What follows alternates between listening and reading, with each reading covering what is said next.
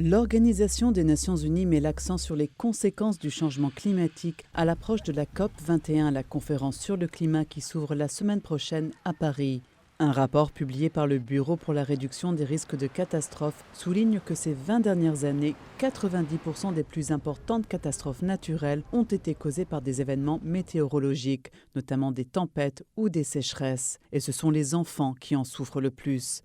À l'heure actuelle, plus d'un demi-milliard d'enfants vivent dans des zones inondables et 160 millions dans des zones fortement propices à la sécheresse. La Banque mondiale réclame 16 milliards de dollars en financement pour aider les pays africains à mieux résister au changement climatique.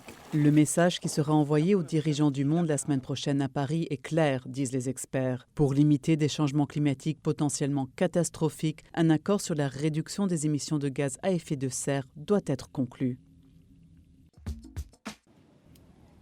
Une femme sur 3 dans le monde sera victime de violences durant sa vie. C'est pourquoi il est temps d'oranger le monde, selon la campagne de l'ONU « Tous unis pour mettre fin à la violence à l'égard des femmes ».